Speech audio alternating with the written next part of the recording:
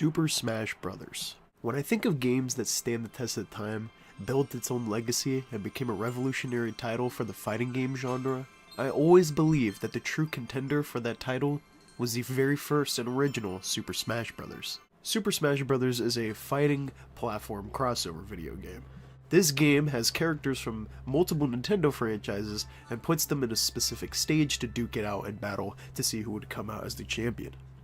Smash is a very interesting game, and its premise is kind of unique because it's different than most fighters. Most fighters at the time consisted of having a life bar for each character to see who would be knocked out first, depending on how much you deplenish the life bar in the specific character you're going up against.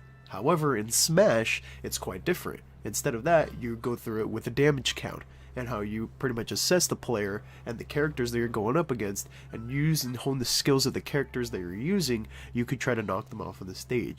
It's this simple way of putting the game together that makes Super Smash Bros. Unique. Smash also had a very interesting development cycle. At first, it wasn't even going to have Nintendo characters at all, and instead was going to be its original characters in its own game.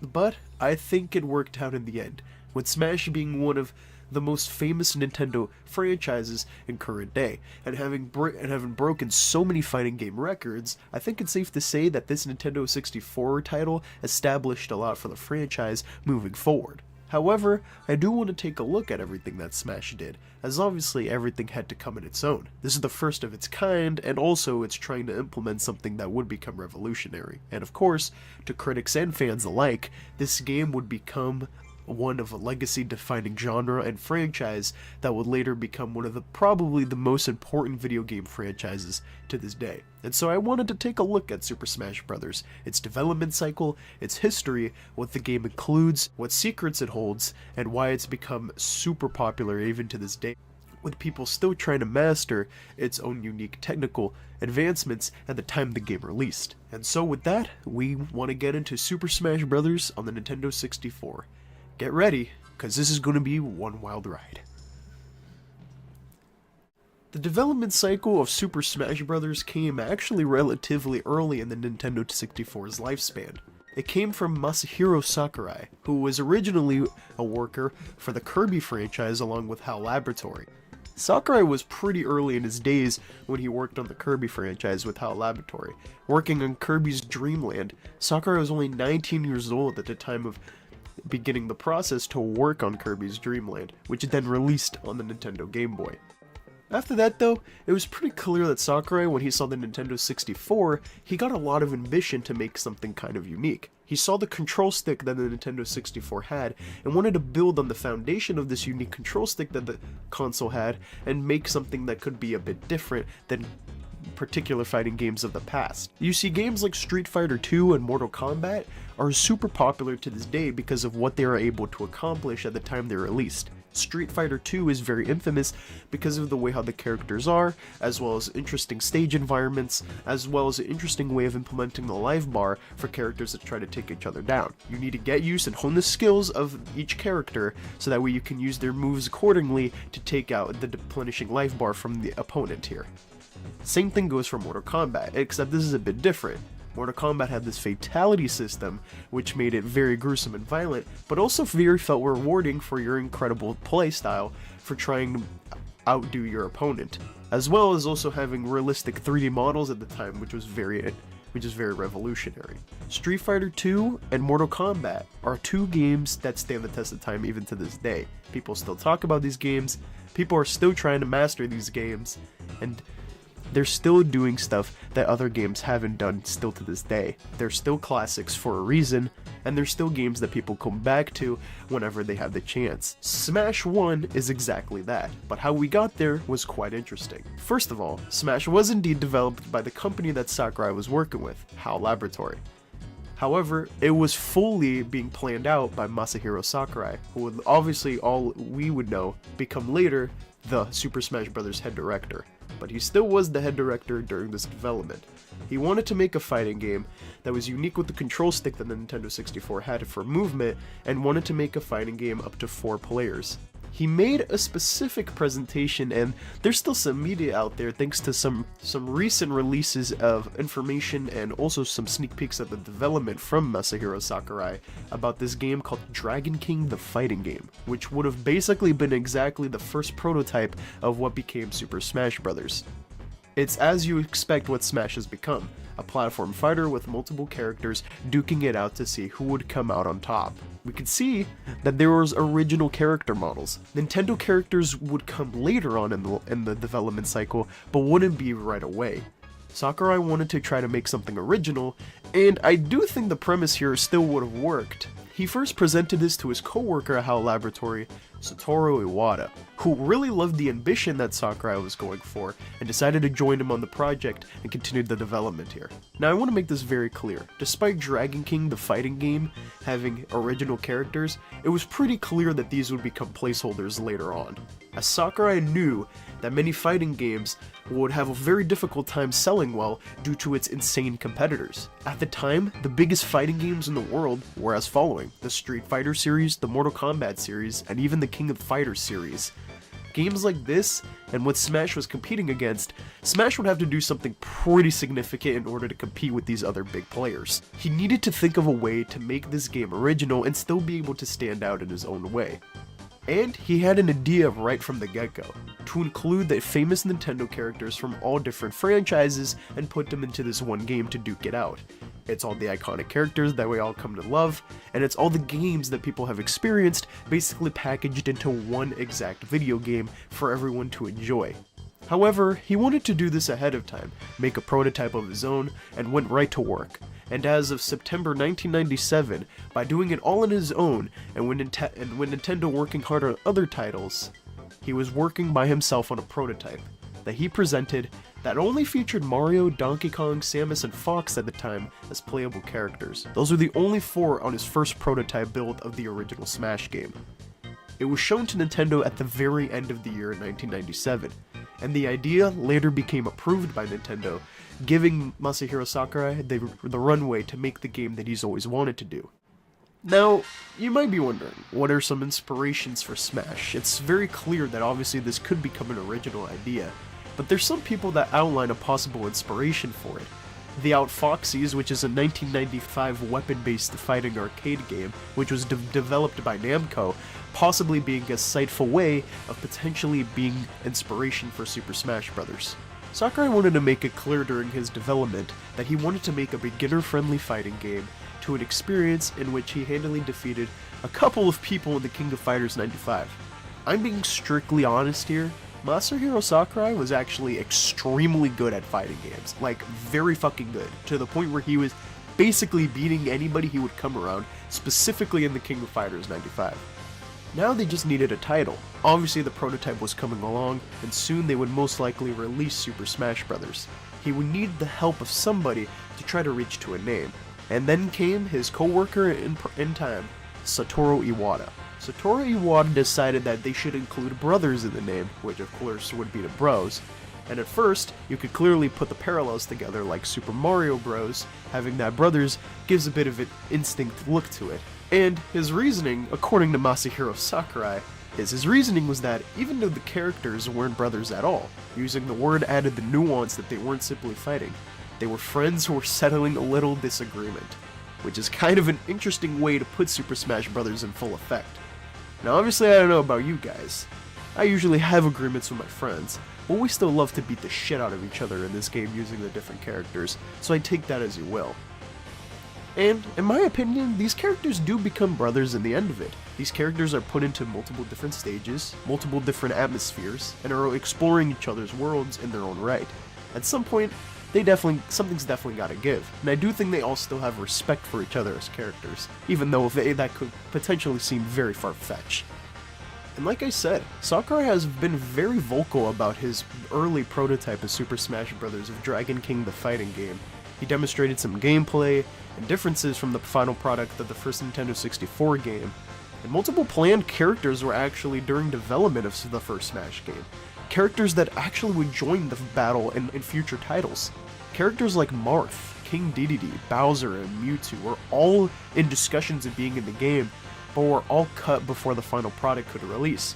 All 4 of these characters, aside from King Dedede, would all join the fight in Melee, with King Dedede only joining the battle in Brawl. And so just like that, the game released in 1999 for the Nintendo 64.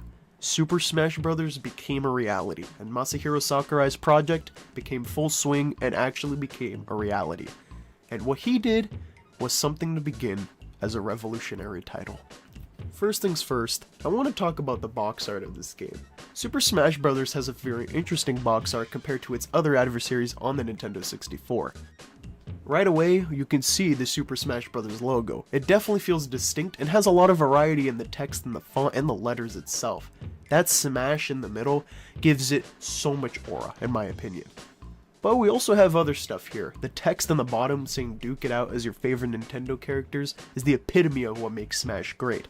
I won't lie and say that I'm a pretty massive crossover fan, so whenever I get to see crossovers, I always will love it, as I love being able to explore these different worlds, but seeing them coexist with each other is always an interesting prospect in my opinion, which is why I love playing video games as much as I do.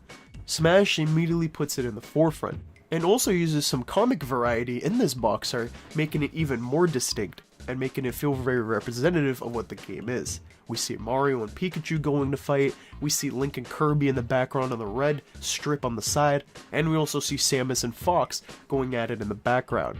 We also get to see some items in play here, like the Bomb-Bomb right near to Kirby right there, and we also get to see some attacks some characters use, like some of Pikachu's electricity that he uses on some of his movesets here. And also the Zap comic font, as well as the Biff in the background, adds to this nice and interesting box art that it becomes. I also love how the character designs look here. Everyone feels like they have some sort of variety to them. And also they're very expressive in how they become. Mario's having the time of his life, Pikachu is taking this very seriously, Samus is trying to get the hang of things, and Fox is also just having a good time with the fight. Link is also just in the back enjoying the scenery, while Kirby is over there really having a great time with that Bomb-Bomb. This box art does everything, and I think it's a reason why the game sold well. This box art would immediately stick out with other Nintendo 64 games. What I love about the Nintendo 64 was how big the boxes were, but also how much artistic structure would go into them, and I think Smash definitely showcased that a lot. Super Smash Bros. Has one of the best artistic variety I've seen in a box art, and I think it's continued with the series moving forward, with each box art, including the most recent one for the franchise, being one of the greatest of all time. But now we've talked about the box art, let's get into some of the other things that this game does well. Let's finally get into the game that we've been talking about and discussing, and why it's become such a phenomenon. Starting with the main menu screen. I love how the logo pops up and the press start button comes in. It's also nice how the credits come in with everything else. The fire in the background really adds to this game's atmosphere, and how just sick and cool this game was probably for the time. The main menu itself also feels like it really honors the Nintendo 64 as a whole, with the controller, the console, and other stuff that really adds to the logos of the different things you can select within the main menu. You get to see the one-player modes, the versus mode, the options, and the data stuff. All the important things that make Super Smash Bros. What it is. One-player mode brings you to other stuff like the classic mode, or training mode, and even some other things like bonus 1 and bonus 2, which we will talk about very soon. But let's officially finally get into the character roster of this game.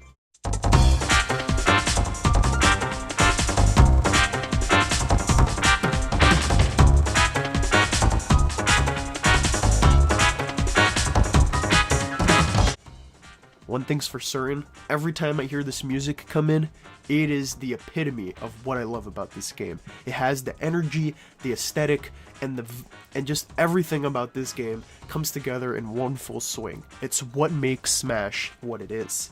This is the Super Smash Bros. Character roster, compiled of 8 characters from different Nintendo franchises, along with 4 unlockable characters to obtain through specific situations and circumstances. But let's first get into who you can play right from the get-go. You have Mario from the Super Mario Bros. Franchise, Donkey Kong from the Donkey Kong franchise, Link from the Legend of Zelda franchise, Samus from the Metroid franchise, Yoshi from the Yoshi franchise, Kirby from the Kirby franchise, Fox from the Star Fox franchise, and finally, Pikachu from the Pokemon franchise. This is basically the who's who of Nintendo video games. It's essentially the characters who always have had the most attention at Nintendo in terms of games, and who has always had the most releases in their franchises. Especially from the Nintendo 64, this was perfect. All of these characters have had new releases on the Nintendo 64, with the only one being absent of that is surprisingly Samus from Metroid. However, Samus would have other releases on other consoles, so it would still work out. But yeah, every other character has had a release, and most of them have had significant impacts on the Nintendo 64. Mario with his most recent mainline game, and also his side games really helping other people out. Donkey Kong with its interesting first 3D video game. Zelda with one of the most revolutionary action-adventure games of all time. Yoshi with an interesting perspective on the franchise. Kirby with its unique new gameplay styles in the new game. Star Fox 64 with being a lot of people's greatest Star Fox game of all time. And Pokemon Stadium. Literally just think of Pokemon, but instead of doing anything in the hub worlds of sorts, you're only doing the battles. Poetic. That is exactly what the Nintendo 64 does. And Super Smash Bros. Is the epitome of what the Nintendo 64 is. It is all just poetic. I first want to tackle Classic Mode actually, as most players when playing Super Smash Bros. Are most likely going to experience and traverse through the Classic Mode in this game, since it's most likely the first mode that pops up. See, one player mode is actually the first thing that pops up on the main menu, and you're most likely going to be going through the Classic Mode as it's also the first thing that pop up. You can choose the difficulty, how many stocks your character is going to go through in the Classic Mode, and it's basically like you go through it stage by stage, level by level, and trying to take out the other characters. The first one you go up against is Link, and it's just Link on Hyrule Castle. And it's just Link in his own particular stage from the Zelda franchise. You go up against him, you take him down, you're going to the next battle against the Yoshi team. And this is where you get to the Yoshi stage, where you find out that Classic Mode actually has a lot of variety into it, and how it shows the gameplay in some different ways. For example, it's much easier to take out the Yoshi than Link, but that's simply because Link is one character they have to go up against. You're going up against a Yoshi army essentially, you're going up against 3 at a time, but the game obviously makes it reasonable as to why, and also it makes it much easier to take them out. You can also use items to your disposal as well, but I prefer to use the movesets of the characters, as it still is able to work out in any form. And then it keeps going in this process. You fight Fox next, and it's another 1v1 battle. Then you do Break the Targets, which is the first bonus that pops up during Classic Mode. This is very simple, and I actually love how Break the Targets work in this game. You basically try to go around, break all the targets around in the vicinity. The game lets you know how many targets you have to break, with the top left being the counter of how many targets you have to hit. It makes it very clear what you have to do here. Break the targets using the character's movesets. I actually love how Break the Targets works because it gets the player feeling comfortable in terms of the gameplay movesets of each character. So it can get you comfortable, and also you can feel the variety of each character and how they're different in many ways. How their movesets work, how their A buttons, how their B button movesets work. And it just basically gives the player the incentive to actually play these bonus games so that way they can get it in tune with the characters and how they are. I always recommend people to play Mario first in Classic Mode because his is by far the easiest, and I think the game did this purposefully because they know most likely the chance of people picking Mario to go through Classic Mode first is very high. This was a smart development decision in my opinion. Yes, you can pick any character from the jump, but I feel as if most people are going to go through Classic Mode as their first thing in the game, and they're most likely going to choose Mario since he's the first one that pops up on the menu. Mario's is incredible. It's a very easy Break the Targets, the setting is simple, and it just fits the character as a whole with his entire moveset. It's a masterpiece. Then you continue to go through Classic Mode. You go up against the Mario Brothers, which this basically confirms one of the unlockable characters in Luigi. But it's interesting, if this is your first time playing this game, this feels rather interesting. Luigi feels like he's only standalone in Classic Mode when you play against the Mario Brothers here in the 4th stage, but in actuality, this is just the game hinting that Luigi is one of the unlockable characters in this game. Then you keep going through. You fight Pikachu, you fight a giant Donkey Kong, you do the next bonus, which is board the platforms, this one being actually quite harder than Break the Targets, where this one you have to land on platforms, and depending on who you're playing with, the dependent difficulty on them is rather more challenging than others. You fight a Kirby team, you fight Samus, And then you fight something quite interesting after, Metal Mario. Metal Mario is quite interesting in this game because of the fact that he's pretty much made of metal, so he's much harder to take out on the stage. You have to do a lot of damage, which is quite easy to do against him, as long as you know the character's movesets already by the time you get to him. He's basically easy, and kind of child's play. But the game makes it quite interesting like that, because he's always being able to get back on his feet due to the fact that he's made of metal, so he's much harder to take out on the stage. But if you do get him far away from the stage, it's basically over at that point. I usually tend to throw him a lot, as you can be able to grab, throw him out of the stage, and there you go. You take care of Metal Mario. Next, you do a race to the finish bonus game, which is as simple as it is. Race at the end to get to the door, to leave and race to the finish.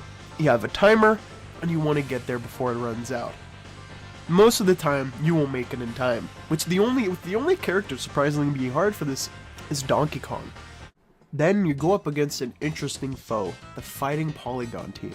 This is interesting. As the Yoshi one, you went up against a good amount of Yoshi.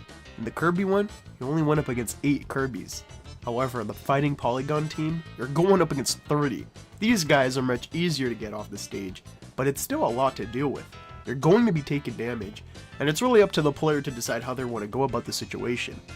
Trust me, this won't be as hard as you think it is. As long as you know the character's movesets and other components in the classic mode, you should be good. But the classic mode final stage is what makes things very intriguing. You go up against what we call Master Hand.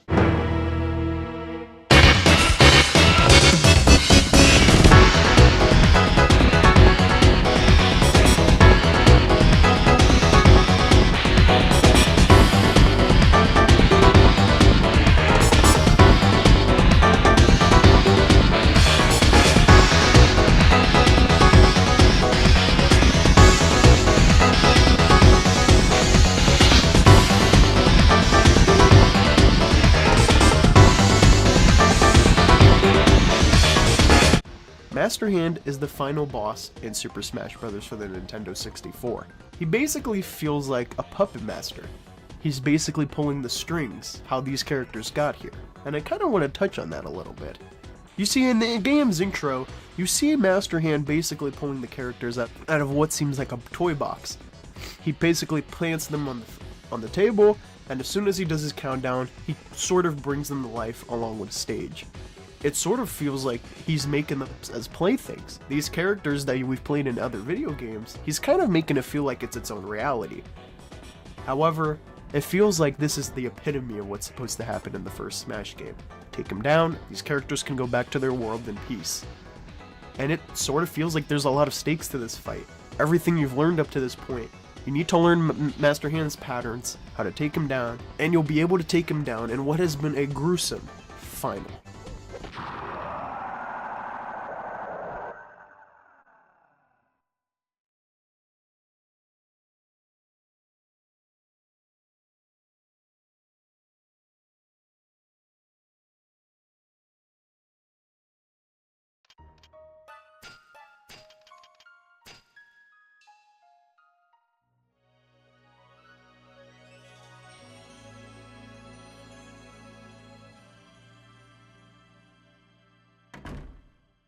I love how this ends.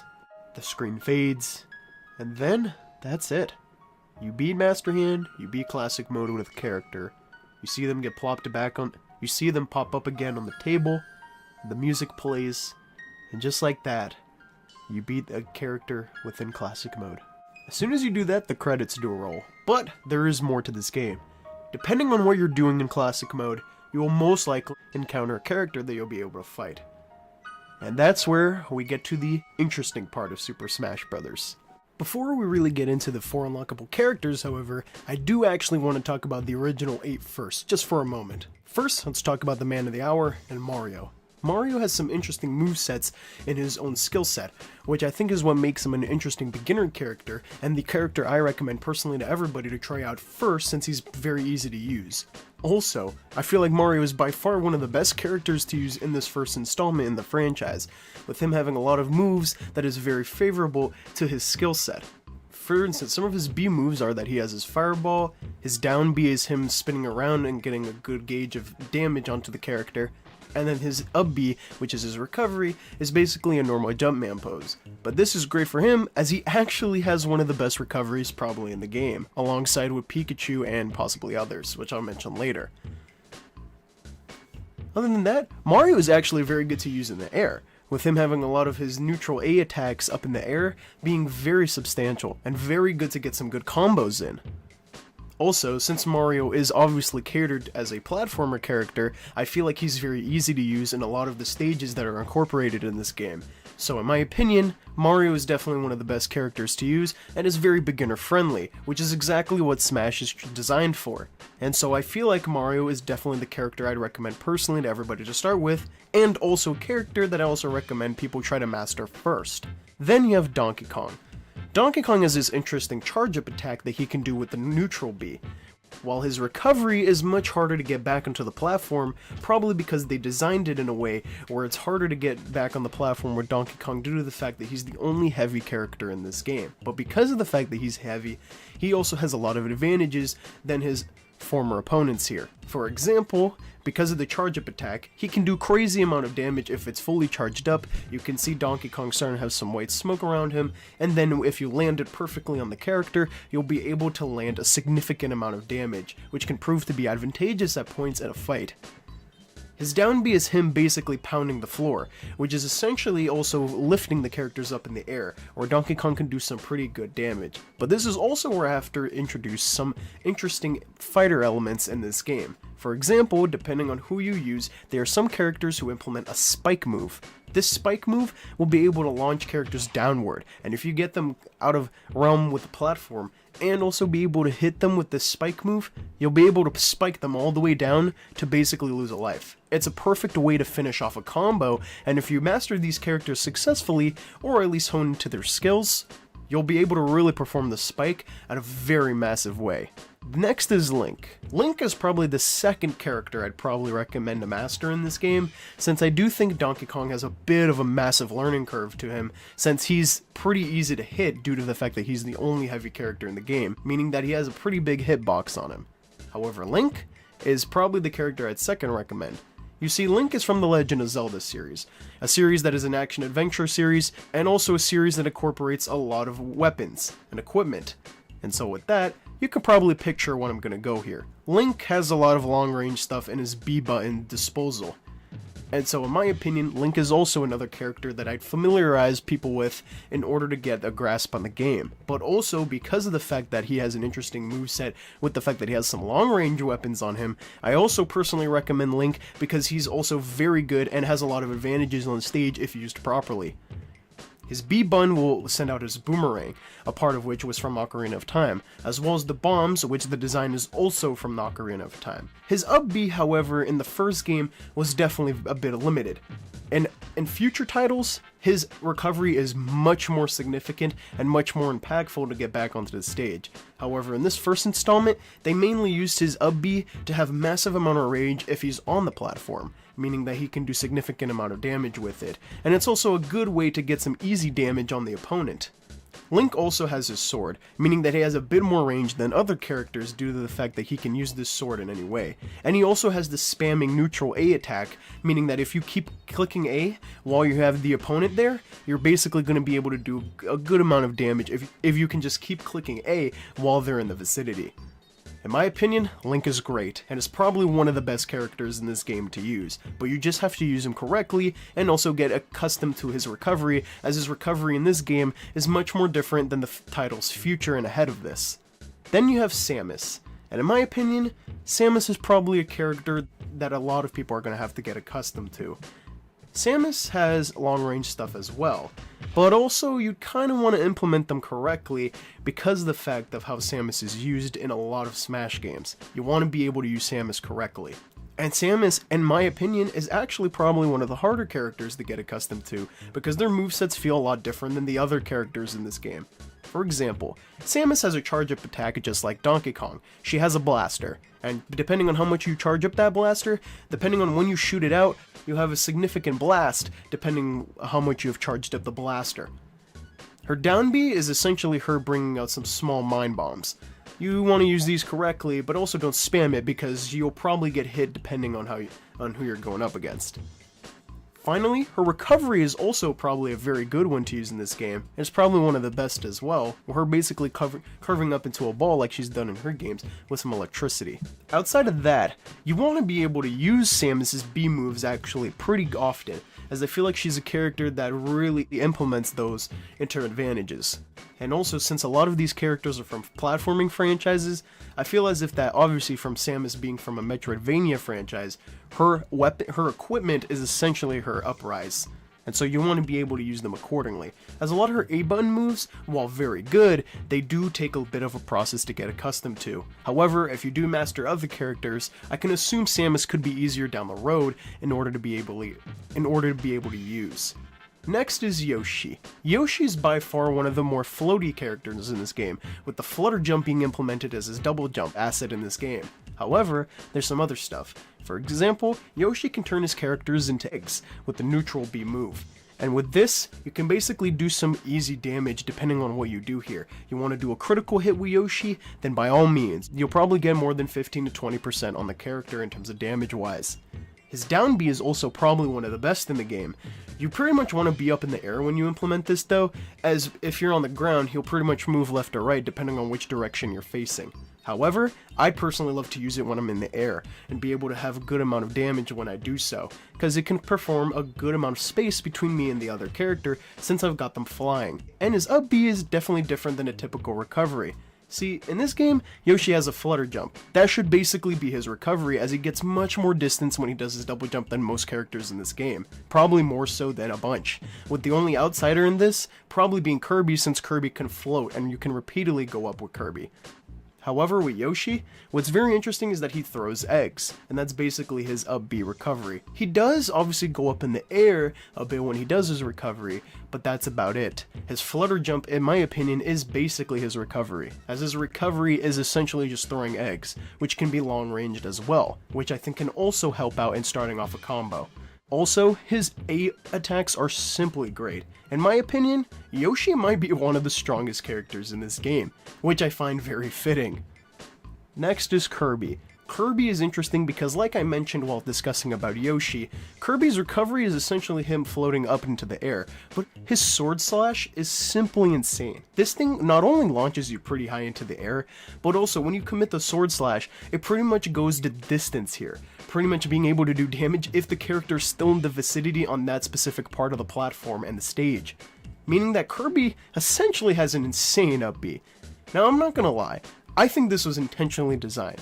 Masahiro Sakurai has worked on the Kirby franchise previously. It's his essential baby when it comes to the gaming community. And so I have no doubt in my mind that he tried to make Kirby as diverse and have a lot of different variety moves, as obviously this is his baby. And of course, because of this, Kirby's probably one of the most fun characters to use in this game, by all means. First of all, his neutral B is to be able to suck in the opponent and be able to use a copy ability here of the character, meaning that he can use the neutral B. But that's about it, neutral B. So he can use Mario's fireballs, Donkey Kong's charge up move, Link's boomerang, Samus's blaster, you get the point. He can do that with every single character, but it can only be the neutral B move. His down B is also probably the best in the game in my opinion, with him being able to turn into a hard stone and rock, and being able to basically do a lot of damage because of this. Just like Yoshi, I prefer to use this up top, as if you just do it on the platform, well, he just turns into it. But that's why you want to do it from above, so that way you can launch yourself all the way down and be able to hit the opponent. Kirby by far probably has the best down B in the entire game. And not only that, just like I mentioned previously, he probably has one of the best up Bs. This sword slash is still insane. And his neutral A moves are pretty good as well. Depending on how you use his floating around the stage, you pretty much can have the advantage across other characters in this game. It's like I've mentioned, Kirby has great design value in this game, and in my opinion, he's probably one of the best characters to use. Next, and second to last, in terms of the original 8, is Fox. Fox's neutral B brings out his gun, which actually does a good amount of damage, and depending on how you use it, it can easily be a great long-range phenomenon. His down B actually brings out sort of a barrier, which you can use to deflect some items being thrown at you, and also other characters' attacks. And his up B is one of the most iconic up B recoveries in all of Super Smash Bros., with fire being able to be used here and implemented. Fox is also one of the fastest characters in this game, which is fitting as obviously Fox has a lot of advantages due to be able to speed past through a lot of stuff. He is very fast in this game. Also, because of his speed, some of his A attacks are very well implemented, and because of this, you can do very well combos depending on how you use his speed precisely. Like I said, there's a different variety of ways to use each character and their advantages. Fox's advantage is speed, and depending on how you use his speed, you'll be able to do significant combos with him. Finally, we have Pikachu. Pikachu is obviously from a series with RPG elements and battles accustomed to it, and you can bet that a lot of Pikachu's moves are inspired by his own moveset in that RPG. Pokemon is a series full of battles, RPGs, and so Pikachu got a lot of his from him. You can do the Thunderbolt, Pikachu can bring down a Thunderbolt, and his up B is one of the best in the game, with you being able to actually implement it twice somehow. You see here, he's always had this thing where you can use electricity to go up, left, right. So essentially, you can make him go up by using his electricity in up and a left direction or an up and a right direction. He has one of the best in the game, along with Kirby and Mario in my opinion. Pikachu is great to use, by the way. He has a lot of interesting moves, he has a lot of great moves up in the air. In my opinion, Pikachu is a lot of fun, and he can be used as an experiment to fight with. So in my opinion, you choose depending on how you use him, choose as you will. And honestly, depending on how you use him, Pikachu is a lot of fun, and is probably one of the greatest characters to experiment with. That's just the original 8. Again, like I said, a lot of the moves are very diverse, there's a lot of variety on how you can use them and be able to use them accordingly so that way you have the upper hand in battles. But of course, there's the 4 unlockable characters. Let's finally get into them and how you can unlock them. First, let's talk about Luigi, since he's on the top left corner before you unlock him. He's actually the only one that doesn't require Classic Mode, as the rest of the characters you unlock them by going through the basic Classic Mode journey. So, you basically can play Classic Mode 3 times and boom, you get 3 out of the 4, but Luigi's an interesting case, so that's why I want to start with him first. Remember break the targets that I brought up earlier and how that's super important to the game? Yeah, that's how you get Luigi. You pretty much go to bonus stage 1 practice, and you'll be able to do it with the original 8. The original 8 characters, you have to complete the break the targets with all of them at least once, which makes the most of your time, as obviously this is helping you actually hone your skills, which can help you acquire Luigi. And I also think they meant to do this sort of on purpose, despite most people's first Super Smash Bros. Playthrough probably ending up with a character that you unlock through Classic Mode, like Captain Falcon, Ness, or Jigglypuff. Luigi is in the top left for a reason, and it's mainly because of course his Mario brother companion is right next to him, and also he's the character that I think they obviously want you to use first while doing the break the targets bonus stage 1 practice. Bonus stage 2 practice is board the platforms, but there's really no requirement to do them. However, I do recommend them, that way you know how to use the characters on the air and also how you can get through and traverse their levels with them. In my opinion, I do see it as a bit of a necessity. However, break the targets is the thing we need to discuss here, as this is how you get Luigi. Like I said, the original 8 all have a break the targets stage according to themselves and their own skill sets.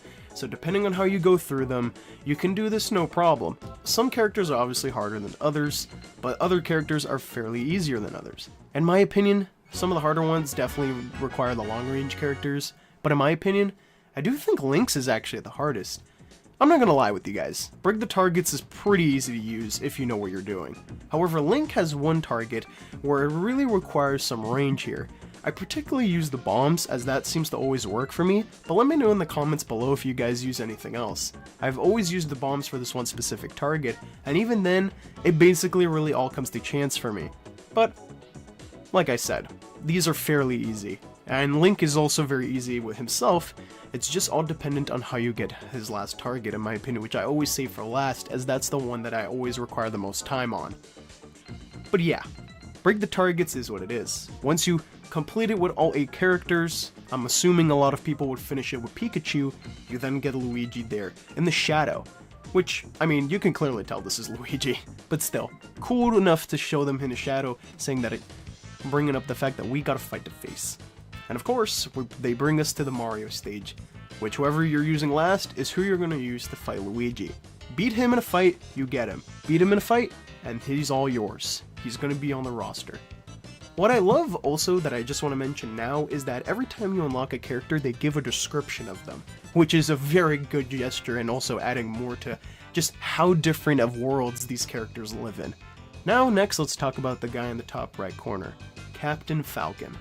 Captain Falcon you unlock by basically going through classic mode and having to beat it in about 20 minutes.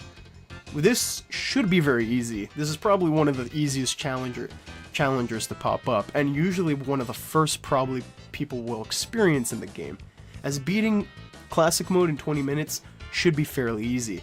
Classic mode usually takes people around 10 to 20 minutes in that range specifically, so I highly recommend to just get it done quickly, take advantages of your fights and get used to the skill sets of the characters like I said, and you should be easy to set sailing in classic mode. Then you'll be able to fight Captain Falcon, and it's all yours. And if you beat him, well, he's all yours. He'll basically join the fighting roster. Next is Ness.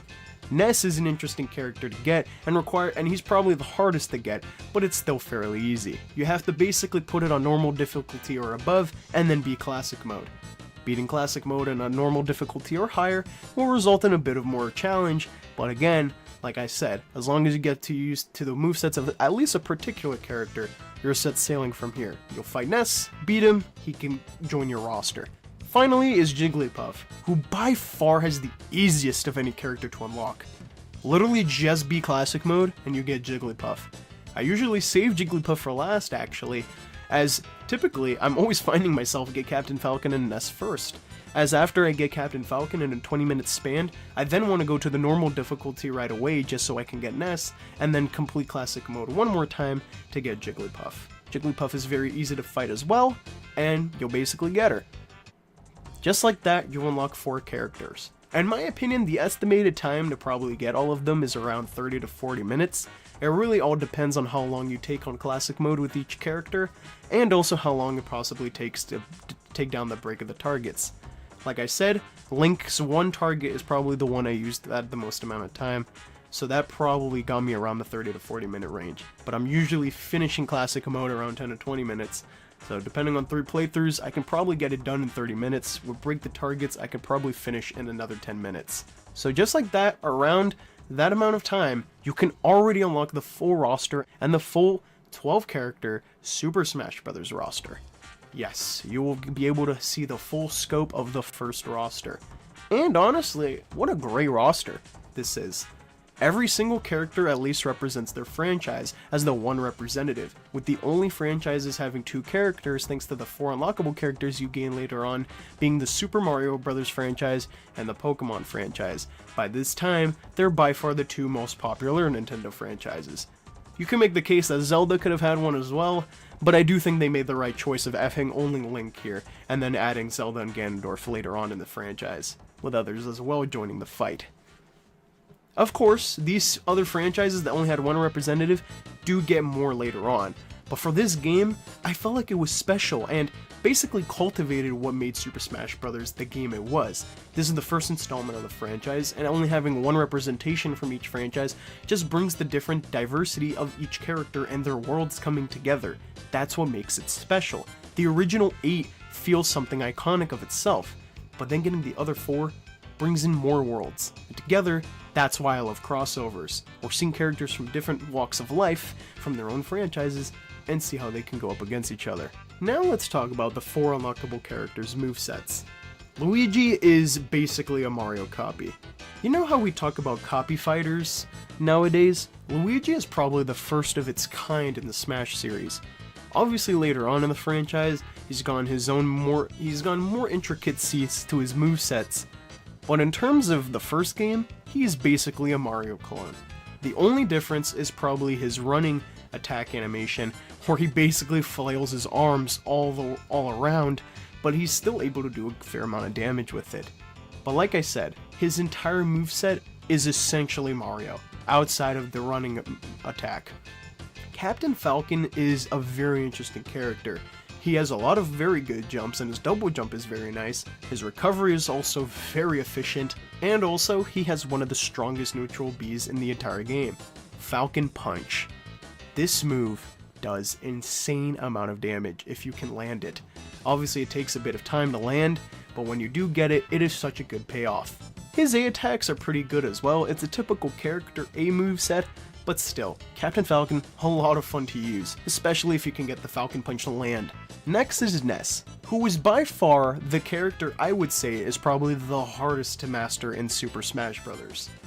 For example, his neutral B is PK Fire, which later on in the series, once they implement side B moves, will later be implemented for side B, and his neutral B will be something else of its own. But for now, in the first game, it's PK Fire as the neutral B.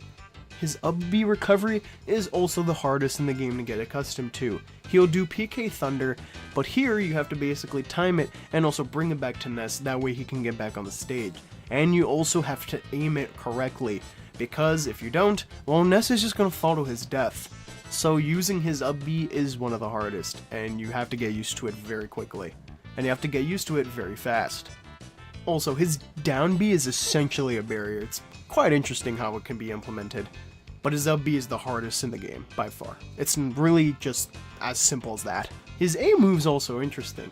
Yoshi is floaty, but goddamn, Ness requires his floaty to really use his attacks accordingly. Just like I said, he's also hard to use. At least his baseball bat can be able to prove as an advantage here though. Next is Jigglypuff, who also has the floating technique to go up, just like Kirby. However, Jigglypuff is also kind of interesting in this game in a sense. For instance, her neutral B is sort of a sharp punch, her up B is her singing, and her down B is basically her sleeping, which used accordingly could probably be one of the hardest hitting attacks in the game.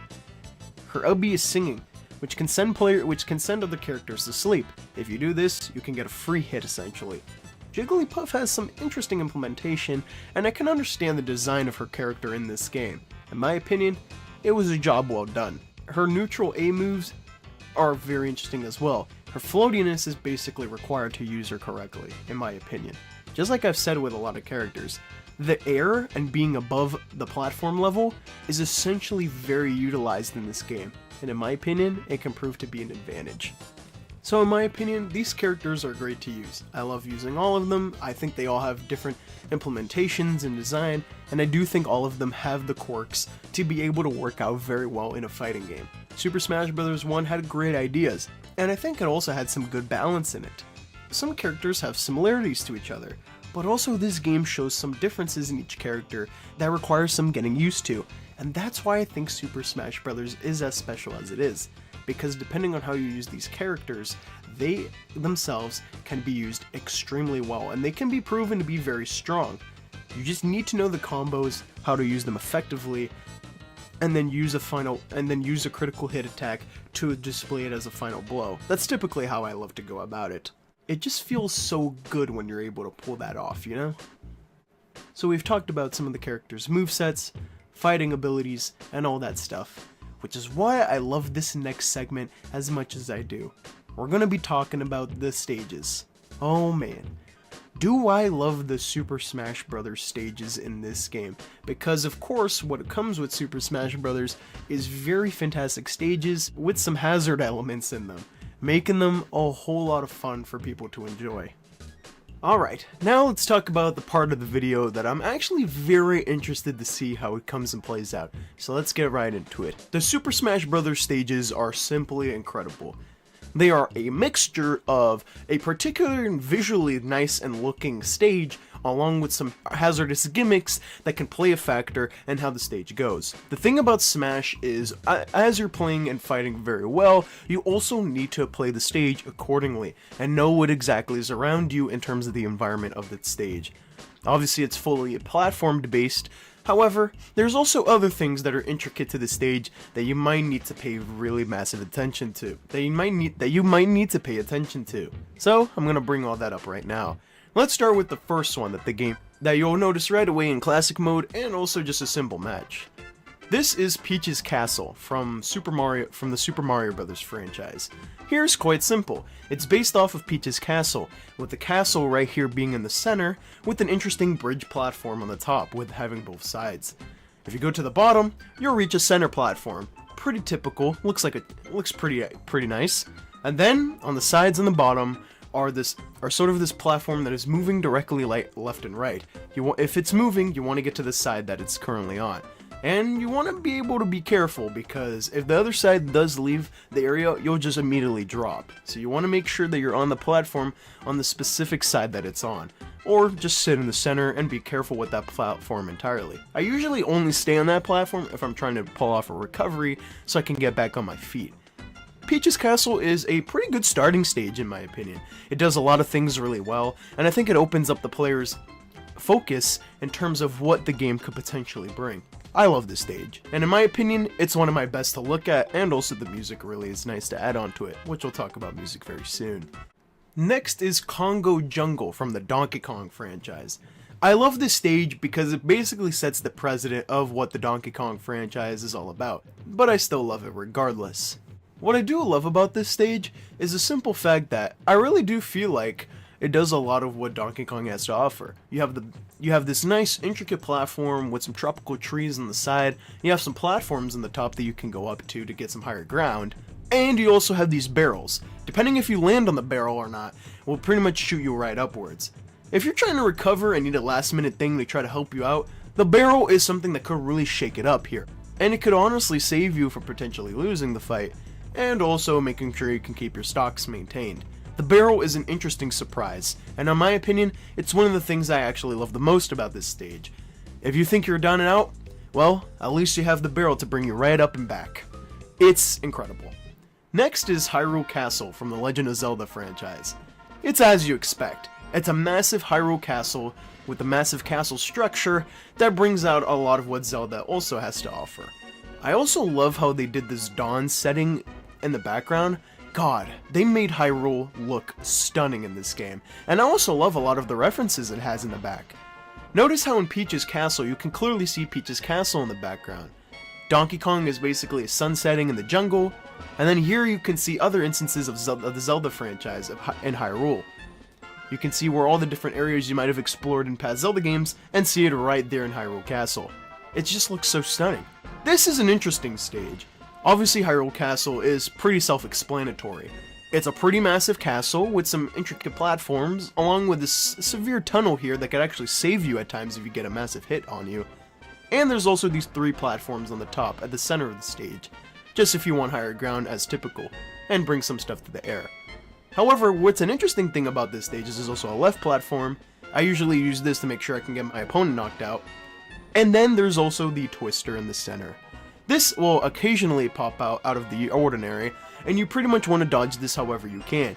Getting in this twister will make you fly to the above, and if you have around 50 to 60%, this already can potentially already kill you, which is pretty impressive for a twister in my opinion. This is by far one of the most dangerous hazards in the game. However, the next stage probably has by far the most dangerous hazard in the whole game. This is Planet Zebes from the Metroid franchise. In this stage, they are just a simple base platform with 3 other higher platforms and a 1 side platform. It's as simple as you can get with a stage, but what makes it super cool is the backgrounds, just the look of the stage, and just everything around it. This is by far one of the most intricate and creative stages in terms of background colors and design. I really love how it looks. But then you realize that dangerous hazard in this stage. The gimmick here is that the platform will start to be brought down, and as you'll notice, you'll see a massive pit on the bottom. If you hit this is a massive hazard pit. Hitting this will make your character fly. This is by far the most dangerous because you can hit this repeatedly, and this can immediately get you killed within about 2 hits. If you're already at 60 to 70%, basically you're pretty much confirmed with a stock kill. It is super difficult to surpass. Next is Yoshi's Island from the Yoshi franchise. I love this stage because it's basically what Yoshi is all about. All these colorful and creative styles that Yoshi brings is exactly what's implemented in this stage. There's a lot of yarn work and a lot of other stuff that makes it look pretty unique. I also love the heart in the center of the stage. I also love how the original gimmick of this stage looks. For example, you have this storybook essentially opening up, creating the base platform. You have 3 other higher platforms, and you also have these clouds that are side platforms. They are really nice. I like them. However, the gimmick of this stage is as simple as you can get. It's basically the clouds. If you can land on the cloud, however, you do fall off the cloud can disappear. So be very cautious when it comes to trying to land on the clouds and making sure you get back on the base platform. The gimmick here and the hazard is pretty simple, but I do love the stage and its creative design with unique, colorful, and design outworks. It's really nice looking, and I love the ins of how it is. The ins and outs make it look incredible. Next is Dreamland from the Kirby franchise. God, I knew Sakurai wanted this background to look stunning, because goddamn this is impressive work on the Nintendo 64 in terms of background design. Dreamland is as simple as it is, a base platform with 3 higher platforms. However, the gimmick here is simply the tree in the middle. See that tree with the face? Well, yeah, this guy will be blowing wind whenever he decides he wants to, and you want to be able to be careful with this. This can make you fly throughout the platform. But as long as you're running in the other direction where the wind is going, you should be fine. Next is Sector Z from the Star Fox franchise. This stage is insane, and is probably actually one of the biggest stages in the entire game. It's simply just you being on the Star Fox.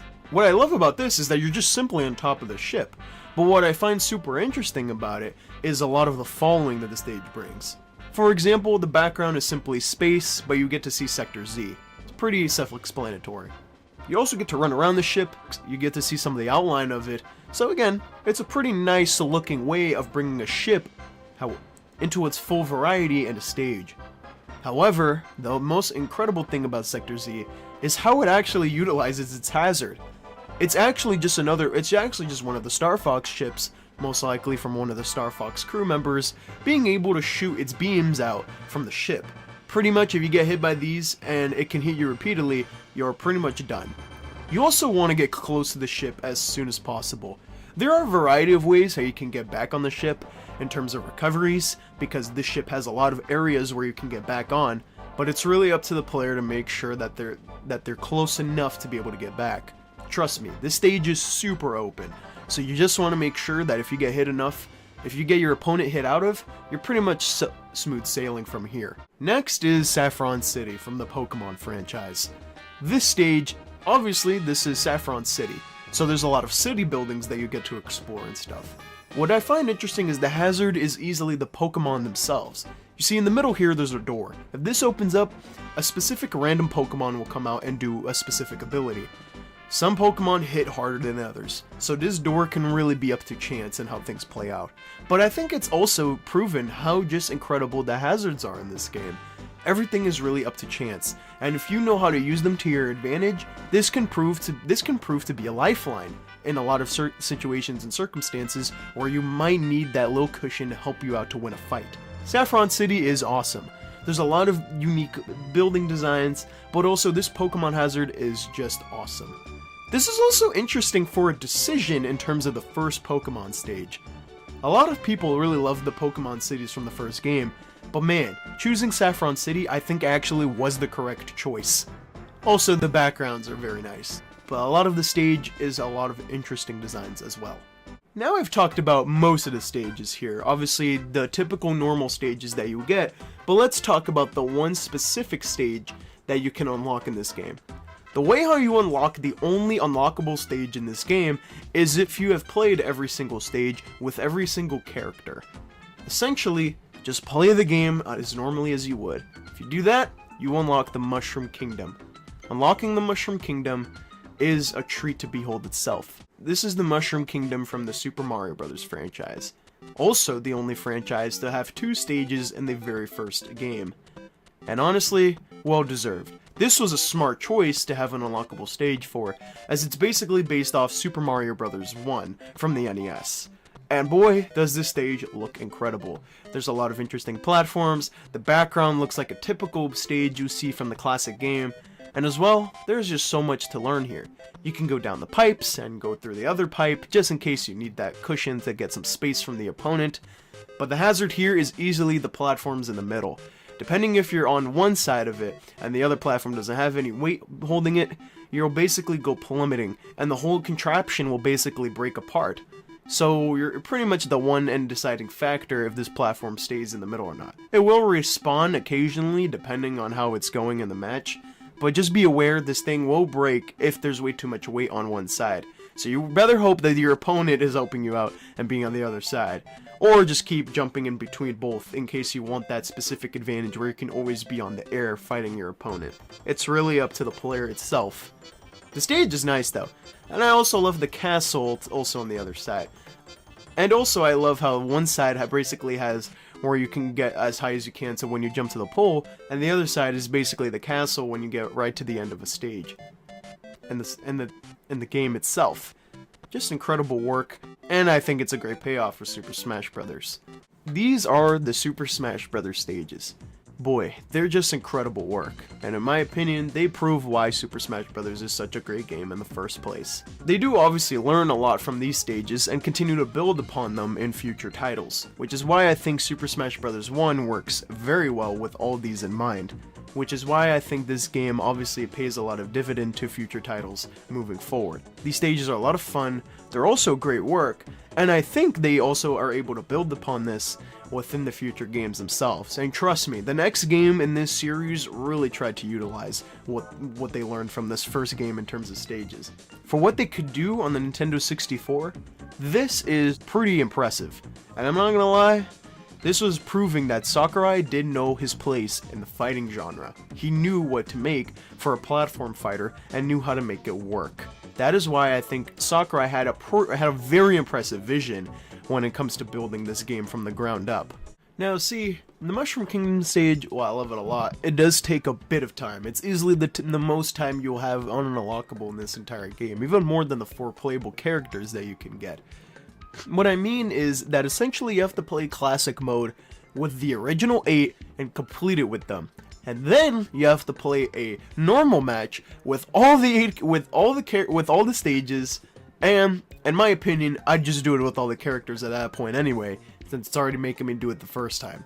However, the payoff is great, because this is by far probably one of my favorite stages in the entire game. Interesting how the 2 Mario stages are some of my favorite in this entire game. So yeah, Smash delivers on its principles, and I think it does it very well. Honestly, I find it interesting how this game came to be as well. You can clearly tell that a lot of these character models were very intricate, and they're also very creative. But I do want to talk about the partnerships that came to be for this game for a second. And I want to talk about Rare. I want to talk about Rare for a second, because this is the company that was working very close with Nintendo during the Nintendo 64 era.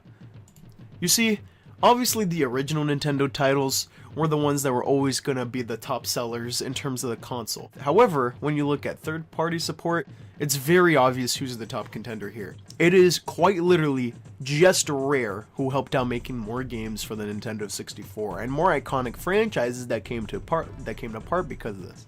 Think of games like Donkey Kong 64, Rare helped with that one.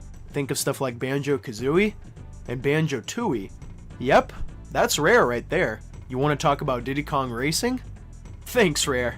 We appreciate you helping out in the racing genre. Want to talk about first-person shooters like GoldenEye 007 and Perfect Dark? Wow, Rare, you made some revolutionary titles at the time. Quite literally, Rare completely dominated the Nintendo 64, with a lot of innovative gaming titles coming from the Nintendo 64, thanks in large part to Rare's creative vision at the time. Which makes it quite interesting how it all played out in the early 2000s when Rare decided to part ways with the company. But we'll talk about that and a lot of other videos moving forward on the channel. For now, I just want to specifically look and focus on Super Smash Bros. So the reason why I bring up Rare is because obviously they're the partners and the workers right with Donkey Kong. So, how do they get Donkey Kong's model in this game to work out? Oh, hey Rare, thanks for helping out. Yeah, quite literally, Donkey Kong's model really became part of the development, thanks in large part to Rare's helpfulness. And honestly, when I look through the game's credits, you can clearly tell how many people were on board to help out with this project. People like Shigeru Miyamoto, Koji Kondo, Rare, HAL Laboratory of course, who were the primary developers, and other partners that helped out like Rare, were all a part of this game. Miyamoto, of course, is the person who's been working on the Mario franchise, so he was obviously a given. Wherever Mario was, he was going to be a part of. He is dedicated to the franchise. Sakurai got a lot of people on board for this project, But of course, one of the first was a person in the industry that I loved that got to join on the project. Satoru Iwata is probably one of my favorite people that worked on the video game industry. His innovations for me would later impact what I believe to be the Nintendo Golden Eras. Which, again, we'll talk about that in future videos. Yes, I'm sprinkling some stuff for future videos, but I think this is the right video for it. After all, it's probably one of many retrospectives coming to the channel. Smash is interesting. So of course I want to talk about some other stuff here. So let me mention some quick details here.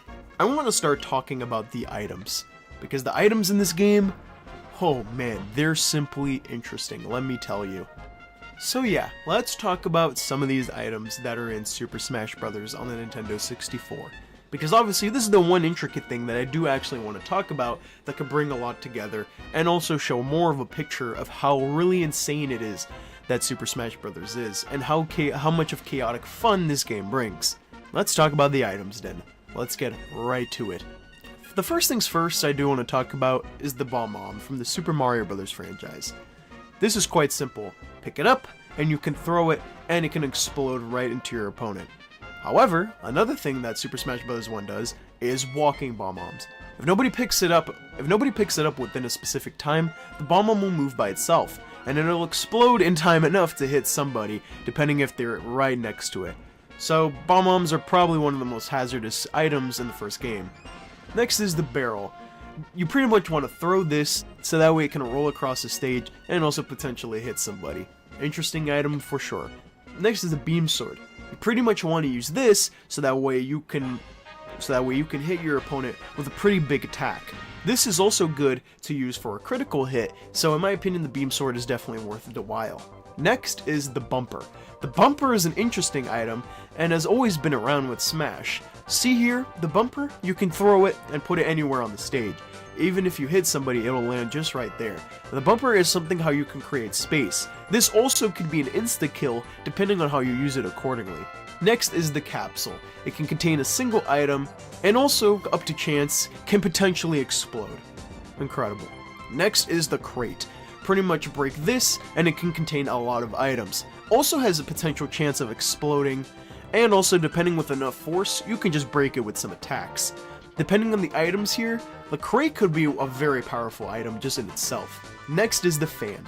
As you can expect, the fan can be pretty spammed itself, however you can also use it for a critical hit, and also throwing it can also be a pretty good margin for space. Next is the fire flower.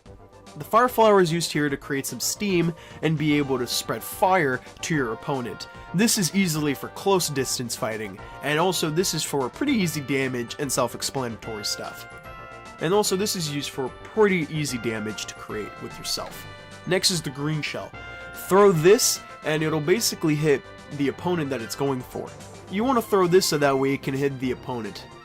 You can also stop it by jumping on it. Next is the hammer.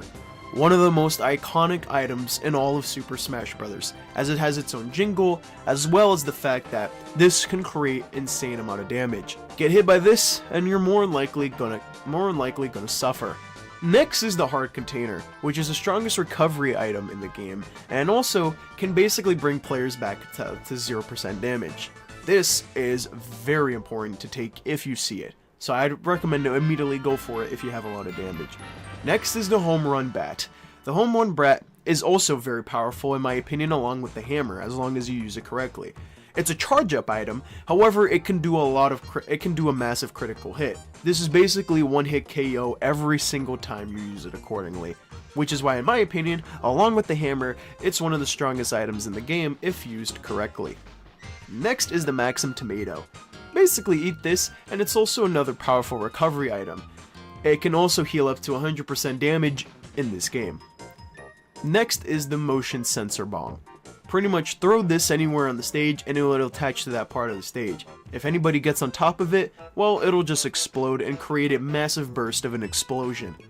Next is the Pokeball. The Pokeball now is an interesting item, as in the very first Super Smash Bros., obviously majority of the Pokemon that they were using were from Gen 1. And so, with that, let's talk about some of the Pokemon that came from the Pokeball. So, here I go. Here are some of the Pokemon in the first Super Smash Bros. Beedrill, Blastoise, Chansey, Charizard, Clefairy, Goldeen, Hitmonlee, Koffing, Meowth, Mew, Onix, Snorlax, and finally Starmie.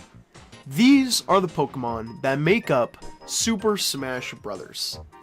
Honestly, it's a good variety of most of the different type from Pokemon, and so in my opinion, I think it works out very well. In my opinion, Hitmonlee is probably one of the strongest in the game. I've usually typically see characters get hit once by him, and they're basically already completely flying all over the place. He's probably strong. Blastoise can be very dependent depending on how many of the hit combos the player's getting hit by from Blastoise. Charizard can spew out fire, and of course it's like a flamethrower, so he's also pretty strong. But yeah, a lot of these interesting Pokemon come from interesting walks of life here. And it's why, in my opinion, I do actually love what they bring to Smash. Just from what I've named, there are only 13 Pokemon in the very original Super Smash Bros. And of course, you can see the moves they do. Now let me say the moves that they do. Charizard does the Flamethrower. Blastoise does the Hydro Pump. Beedrill does a Takedown. Clefairy does Metronome. Meowth does Payday. Onix does the Rock Throw. Hitmonlee uses Jump Kick. Koffing uses Smog. Chansey uses Soft Boiled. Goldeen uses Splash. Starmie uses Swift. Snorlax uses Body Slam. And Mew uses Fly. In my opinion, easily the strongest in this game is Charizard with the Flamethrower, Blastoise with the Hydro Pump, Meowth honestly with his Payday, but for me, the strongest in this game honestly potentially has to be Hitmonlee with Jumping Kick. It's a very powerful kick on the nearest opponent near him, and this can make them easily fly, so in my opinion, he's one of the strongest by far. So yeah, in my opinion, the Pokemon in this game do their job. In terms of who has the most damage per hit, it's easily Hitmonlee, as you would expect. The Pokemon do their job in this first game, and in my opinion, the Pokemon will obviously become one of the most diverse items in all of Super Smash Bros. Because there's a lot of variety of Pokemon, meaning a lot of variety of different attacks. Anyways, right back into the other items. We have the Ray Gun. This can easily just fire blasts out of the Ray Gun, and in my opinion, if used accordingly, you can hit the opponent repeatedly, getting them to fly through the stage, and even get them to lose a stock. Next is the Red Shell. Throwing this can actually hit anything that's nearby, stuff like characters, even other things. This also can potentially be stopped. This is basically a very powerful, a more powerful green shell within the Red Shell. So in my opinion, it's a good item. Next is the Star Rod. This is actually an interesting item, because if you try to do a critical hit, it'll actually bring out a star, which can go across the stage. So in my opinion, the Star Rod is pretty great. Next is a star. I think you know where I'm going with this. Get this, and you're immune to any attacks for a specific period of time. This is incredible, and in my opinion, this is exactly what makes Super Smash Bros. The game it is. While obviously you can take advantages of fights, it's also all dependent with chance, depending on how you can play and use your advantages accordingly. Honestly, I love what the first Super Smash Bros. Does with items. Brings a lot of diverse variety. There's a lot of items that can be used in specific ways, and even items that have some similarities to them, there are some differences that basically make them apart. Depending on how you use these items, they're great. Obviously, depending on how you use Pokeballs, they can really be great. Depending on how you whack the hammer around, you basically have a big advantage. Depending on how you use explosive items, you basically are the one that controls your fate. I love the original items in Super Smash Bros., but I also love the items that they were given from other franchises, and in my opinion, this was a massive item collection that'll be able to join Super Smash Bros. In the future. So yeah, that's basically a lot of the main content within Super Smash Bros. Of course, it's the first of its kind. There's an original 8 characters, with 4 unlockable characters, an unlockable stage, bonus stages that you can get accustomed to hone in your skills, and of course items, which can also play a specific part and role in stages themselves. This first game did a lot correctly in my opinion, and I think a lot of the groundwork could be shown in a lot of the future titles, and a lot of games take inspiration from the first game into other franchises later on. I love what this original game was able to do, but I still think there's some stuff that we could talk about really as sort of a capturing moment from this game. and that's simply how it brought things together.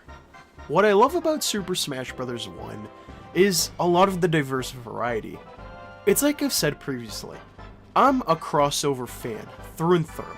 When I see my favorite franchises coming together and being part of one world essentially, it completely blows my mind and brings a lot of possibilities of what these worlds can do together. Think of how people talk about Mario and Sonic the Hedgehog. People want these guys to collab. People want them to contribute in a specific part in their own worlds, and that's what makes those games simply incredible. Because of the fact that they obviously, despite the fact that one's a simple platformer and the other one is running fast in his platforms, they're still basically platforming games at the end of the day. But that's what makes them great.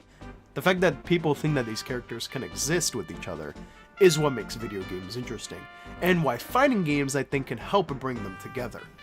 And of course we see that. Nintendo knew what they were doing with this game. Bringing characters from all of their iconic franchises into one was simply interesting. Everyone has some sort of representation in this game, whether that be characters and stages, just simply a character, or just simply a stage in itself. Everybody has some representation in its own right. Even in items, there's representation in some franchises. Even characters who are originally Pokeballs will later become actual Super Smash Bros. Fighters in the franchise. Listen, Smash is diverse, and that's why I think a lot of people love this franchise for what it is. I think the reason why it became revolutionary in the first place is simply because of all the things it could do culturally. You see, every other fighter, like I've mentioned previously in the beginning of the video when I discussed about Street Fighter 2 and Mortal Kombat, is simply because there are life bar fighters. You're in a specific stage, and if you know how to use the characters accordingly along with their movesets, you basically can deplenish the life bar of your opponent. In Smash, however, it's completely different. Yes, you're fighting for a specific purpose, but instead of a life bar, you're trying to inflict as much damage as possible to your opponent, so that way you can get them flying across the stage and to be able to knock them down, for either for you to gain a point and for you to take out a stock. It's really up to you. In the original Super Smash Bros., you have some specific modes. The ones I obviously play the most is the time one and the stock one. In the time mode, you basically are playing alongside your opponents, and you're basically playing for points. The amount of times you knock your opponent out within a specific time frame will basically decide who wins the match, given by a point total. These points are dependent on if you are the last one to hit your opponent. Within 4-player Smash, this would be insane. In stocks, you're basically playing for the stock battle. If you can take out all the stocks from your opponent by getting them knocked down on the stage, depending on how many stocks you put on, you're basically the winner. You can put up to as many stocks as you want, but at the end of the day, it's a lot of fun either way.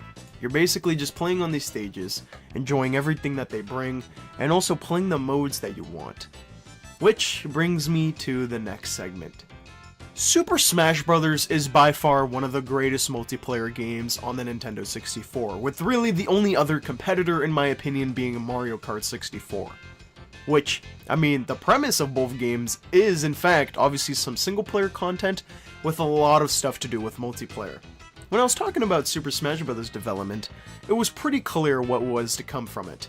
Masahiro Sakurai wanted to make a game where 1 to 4 players could play the game, and thus became the Super Smash Bros. Multiplayer, and obviously one of the most important aspects of Super Smash Bros. As a whole as a franchise moving forward. Smash does a lot for people who just want to play single player content from time to time, and for others who want to play the multiplayer content from time to time. In a 4-player fight, you can basically choose whichever characters you want. Basically, you have the decisions to choose from the 12-player roster. Do you guys want to use the same character? And a lot of the other stuff. You see, let me brush on something real quick. You can actually use a similar character if you want. If a lot of people want to use Mario, well damn, they can. Because that's what brings up the one thing I want to bring up during the multiplayer segment. The costumes. Oh yes, each character has specific costumes depending on which color you want to go with. Most of the time with the Nintendo 64, it's just different color padding in terms of the costumes. That's pretty much what you go with. Some of them have origins. For example, for sure one of Mario's costumes is definitely based on Wario. Some of Donkey Kong's ones are based off of potentially other characters in his franchise. Link's other costumes are basically from tunics from his most recent 3D action adventure game. And then the rest, like Samus, Yoshi, Kirby, Fox, and Pikachu, all have unique costumes in itself. I love how they give Pikachu basically different hats. It looks adorable. But the 4-player fighting in this game is awesome. And even with the items, it makes for a lot of creative fun when it comes to how's your fighting style. Are you a person who's going to be aggressive? Are you a person who's going to try to use grabs to get an advantage? Are you a person who's going to try to utilize items into your advantage? Or are you a person who's going to try to let everybody else duke it out and then come in for the final hit? Again, Super Smash Bros. Really begs a lot of people, how do you want to play this game? What's your approach? How is it that you're going to fight? Are you going to be aggressive? For me, I love being the one that just always is in the groundwork for the fighting. I want to be the one that can be able to get the hits that are required for me to be able to land a lot of damage, and then getting that critical hit to get the knockout is simply incredible. I love being able to be the one to basically be in the forefront of hitting my opponent and basically doing the damage. That's why I always love doing 1v1s in this game. Yes, throughout Super Smash Bros., I'm a person who obviously loves 1 through 4, but most of the time, I can see myself playing 1v1 fights, as obviously, that is what I grew up on. Me and another, going at it, and just having a lot of fun with the game. And that's what Super Smash Bros. Is all about. It's all about bringing people together to have a lot of fun, and to be able to duke it out, just like it says in the box, to duke it out as your favorite Nintendo characters. If you're a person who grew up with any of these franchises in their respective rights, I bet when the first Super Smash Bros. Came out, this was insane, and I bet it was for the foreseeable future. It really did a lot for the gaming genre. What I love that Super Smash Bros. Does is the fact that, like I said previously, it brought people together. Everybody can enjoy the fun, and it's beginner friendly, so you can learn and hone into your skills with any character with all the different ways to train and to master these skills. Like I said, there's a full-fledged training mode. It even allows you to train with specific stuff. How aggressive do you want the opponent to be in training mode? How do you want to bring in items so that way you can practice with specific items and see how you can use them to your advantage in fights? How do you want things to go? You can pick your own stage, that way you can see how other stages works and see how their hazards are. And also there's bonus stages, like break the targets and board the platforms, so that way you can see how these characters are with their movesets to get these targets, and also to see how they can board these platforms, so that way you can be able to see how they are in platform-based situations and circumstances. These characters have a lot going on in this game, but it's just like I said earlier, there's a variety of ways to play, and the game encourages this in so many aspects. I think that's why they made Classic Mode the first mode to really occasionally pop up on purpose. When you click 1-player mode and then go right through Classic Mode, it's right then and there. Pick your character, pick your difficulty, pick how many stocks you're gonna go through, and boom, you're right into Classic Mode just like that. You're going through a lot of different opponents, a lot of different characters, and just like that, you're on the forefront to decide your fate. It's why they also made unlockable content in this game, because they want people to keep trying and also find out the secrets that are in this game. You see, in future Super Smash Bros. Games, there are obviously some ways to get specific characters, but for the most part, as long as you're playing the game, you unlock characters at some point. In any way, honestly.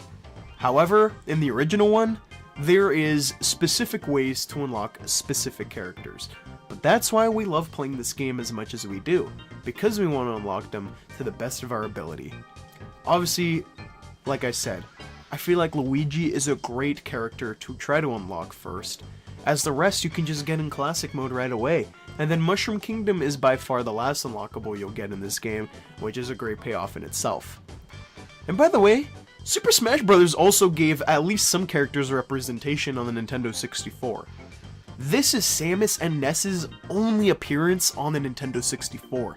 Somehow Metroid didn't even get a game on this console, which is still surprising to me. Hey, at least on the sequel console to the Nintendo 64, at least Metroid got a massive payoff because of it. Congrats, Metroid. Again, this game does what it needs to do as a fighter, and I think it's a reason why so many people look at this game as a revolutionary title. Super Smash Bros. Does the job, and that's why I love it so much. No matter what you're doing, No matter how you're playing the game, there's always going to be fun. There is always going to be a great time with this video game. The next thing I want to talk about is the music of this game. The music of this game is breathtaking, and it does a lot with the Nintendo 64 console to make great sounds. For example, I played it during the opening of this video, but do you remember that jingle that played when the game opens up? Yeah, that's a great introduction to the game. Shows all the fighters, their stages, and everything that this game pretty much is based upon. That's why I love it. This intro is super iconic, and a lot of people go back to it for a lot of different reasons. Also, to bring up other facts here, I also love the music that plays during the main menu because it sort of feels like a build-up to when you get to that character screen. God damn, I mentioned this earlier, but geez, this music hits every time. And even the stages themselves, let's just get into the music just then and there. Peach's Castle's music is incredible and feels very Mario-like.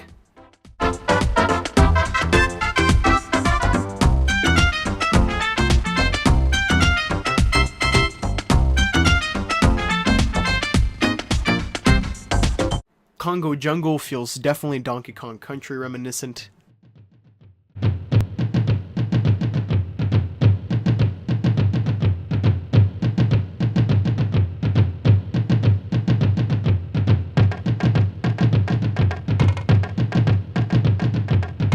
Hyrule Castle is basically what The Legend of Zelda is built upon.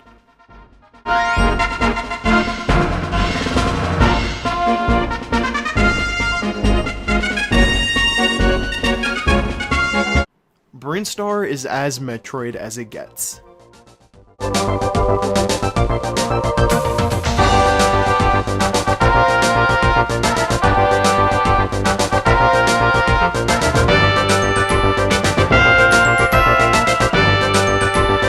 Yoshi's Island is essentially what you can expect from the happiness of the Yoshi franchise.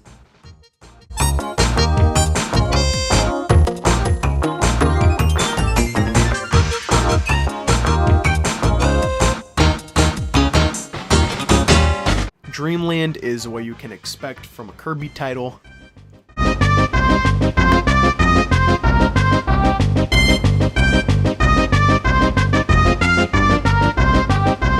Sector Z is what Star Fox is really all about.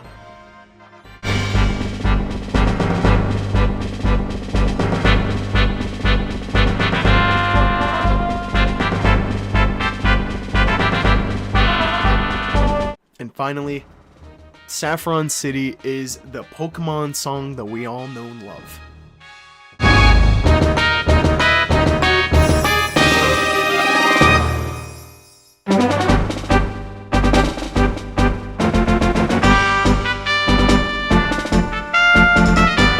But also, when you're playing Classic Mode and you go up against Master Hand, this song as well that plays, oh man, this feels like all the stakes are here.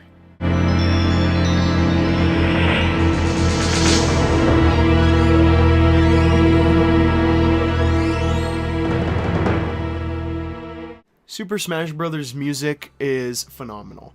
They continue this trend with future titles, and that's what people love about Super Smash Bros. It takes iconic music from these iconic franchises and basically tries to do some remixes or their own style of its own. We do all love what this franchise does for specific reasons, and it's why a lot of people love Super Smash Bros. For bringing these iconic franchises together. The music in this game is basically what makes this game the game it is, because it just feels like it really brings all these worlds together. All their iconic songs that are from these games, the main songs that everyone knows and loves, they're right here in this game with the stages. And even that Master Hand one, feeling like a boss battle in its own right, man, does that one hit every time. The last thing I want to talk about in this video is the reception this game received. Super Smash Bros. Reception was very fantastic and phenomenal at the time. The critical praise was directed towards its original fighting game style, the multiplayer modes, the music, and also the simple learning curve. Basically, everything Masahiro Sakurai wanted to highlight in this game, he basically was praised for it. Again, that's why I feel like Sakurai is one of the greatest developers of all time. He wants to put his creative vision to the test, and is always willing to continue to hone in on his craft to try to make things even better than the past. It's why I think Super Smash Bros. Is such a great foundation for what he's been able to do with the franchise moving forward, as Super Smash Bros. Has been a franchise that Nintendo has seriously wanted to be one of the forefront, and it's by far one of the ones they want the most focus on with every console. It's why there's always a home console release moving forward. So a lot of people loved what Smash was able to do, and other people would accommodate the game for doing stuff that it needed to do to revolutionize the fighting game genre, as it's a one-of-a-kind, and even won some awards for being able to do what it was able to do in the fighting genre. And of course, as you would expect, as it's bringing all the Nintendo franchises together and also has this colorful box art, which I think also accommodates to this incredible game, Super Smash Bros. Was commercially successful, selling millions of copies in the US and in other parts of the world. Super Smash Bros. Was able to do what it needed to do. It also, just in general, the reception was incredible, and people were looking forward to what they could potentially do in the future. And I think even Masahiro Sakurai knew this, as he wanted to continue building on the foundation the original game did, and wanted to go right to work on a sequel, which is why 2 years later we were able to get that. Retrospective on that game as well coming soon. I want to finish this video with something in particular. Why do I love video games as much as I do? Why do I continue to come back to games that I simply love from my past, but also have played recently and still want to continue to pick up and play? What makes me want to be the video game player that I am? And I think a lot of it really I hone back to Super Smash Bros. This game brings what I love so much about video games into one full package. Here's the thing. I grew up during a specific Nintendo era, which I will talk about later on in the channel. But pretty much what I want to bring in here is the first Super Smash Bros. I played way later on in my life. You see, the thing what I love about Super Smash Bros. Is that it brings pretty much all of my incredible all the franchises that I love and puts it into one full package. It's everything that I've played of Nintendo up to this point into one simple package here, which I find fitting because Super Smash Bros. Is probably the game, at most the one I played growing up, was probably the one that introduced me to a lot of these franchises. But I want to see it from the perspective of other people, and please let me know how you felt about it as well. For people growing up probably in this era when Super Smash Bros. Was first releasing on the Nintendo 64, this must have been insane to look at. I also know about the iconic commercial, come on. But I think what makes things quite interesting about this game was that for anybody who was growing up on the Nintendo Entertainment System, Super Nintendo Entertainment System, the Nintendo Game Boy, and of course the Nintendo 64, the one that brought 3D video games a lot into light, I feel as if I have one thing to say to all those people. How was it when you first saw Super Smash Bros. Pull up? I knew it had to be special. I knew it had to be one of a kind. And again, I think it inspired a lot of other video games coming into the foreseeable future. Nintendo is a company all about bringing creative video games into light, and also to continue to build on what they've done. They want to continue to create new games, and that's why I feel like always when they release new games in their respective franchises, they're always getting critically acclaimed, because they continue to keep doing something new and innovative for the video game industry. It's why I always think Mario is always by far one of the biggest video game franchises of all time, because Mario is always able to do something new. And again, that's entirely of Nintendo's president. It's what makes them Nintendo, and it's why a lot of people love them for what they do.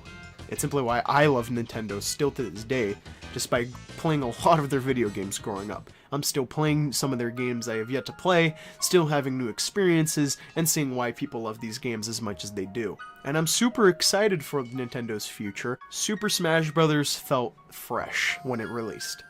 And even to this day, I feel like every time I play the other titles, it still continues to feel fresh, because a lot of them does something for their own right, which is why every single one, in my opinion, are fantastic sequels to the franchise and continue to add. But the first game, again, was the groundwork. It was the one that laid the foundation, and this foundation would continue to build a franchise that is by far one of the most popular video game franchises of all time. It's why it continues to break fighting game sales records, and it continues to, of course, have its own specific community that continues to play these games. People want to continue playing Super Smash Bros. This was a video game that I bet a lot of people needed in their life. To see everything that Nintendo has worked for up to this point in one full package. The experiences that everyone has experienced into one full package. To see the areas that you've explored in the past and the future in this specific package. To see items and to see the variety of things in one specific world in this one simple package. Super Smash Bros. Just does it all. It's everything. Every time I think of Super Smash Bros. And the other titles moving forward, it feels like it's honoring what Nintendo has done up to that point at most for what they've done. Because every game, of course, will continue to add what Nintendo has done in those specific console eras. Which is why I love this franchise, and will continue to say that it is my favorite video game series of all time. Of course, I want to look at other franchises too, and see what they bring. And I'm still finding new franchises that are becoming some of my favorite video game series of all time as well. But I still think Super Smash Bros. Will become the cream of the crop, and will always be the one that I always view as my favorite video game series of all time.